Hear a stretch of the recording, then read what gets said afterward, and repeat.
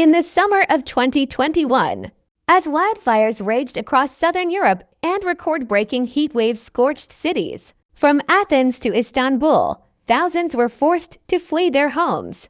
Among them was Amina Hassan, a 17-year-old girl from a small village in eastern Turkey that had been destroyed by fire.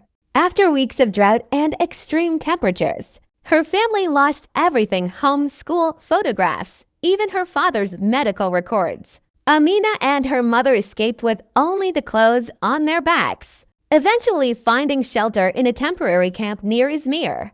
The trauma was immense. Amina, once an aspiring environmental science student, fell into silence. She stopped speaking in class, withdrew from peers, and believed her future had burned with her village. What she didn't know was that halfway across the world, Greta Thunberg was closely following the crisis. While many saw the fires as isolated disasters, Greta recognized them as part of a larger pattern: climate injustice hitting the most vulnerable first and hardest. Through her network of climate justice organizations, including Fridays for Future International and partnerships with humanitarian groups like the Red Cross and UNCR, Greta helped launch a new initiative called Voices from the Front Lines, a program designed not just to provide emergency aid, but to empower young people displaced by climate disasters through education, mental health support, and leadership training.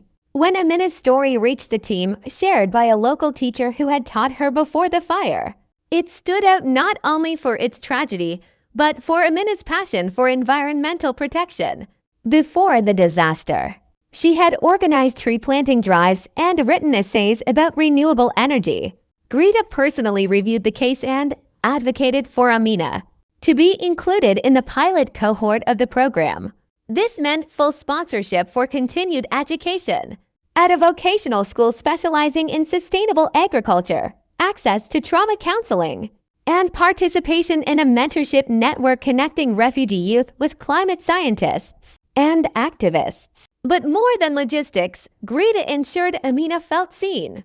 She arranged for her to join virtual roundtables, where young survivors could share their experiences with policymakers. She also sent a personal letter, not signed as a celebrity, but as a fellow teenager who understood what it meant to feel powerless in the face of global forces. Over time, Amina began to speak again, first in small group sessions, then publicly. She contributed to a report on climate migration published by Fridays for Future, sharing firsthand insights about how rural communities are being erased by environmental collapse. By 2023, she was working with a reforestation project in northern Greece, helping rebuild ecosystems while training other displaced youth in green jobs. For Greta, this wasn't charity, it was solidarity. She had always insisted that climate action must center those most affected, not just Western activists or politicians. From her early solo strikes outside the Swedish parliament to her speeches at the UN,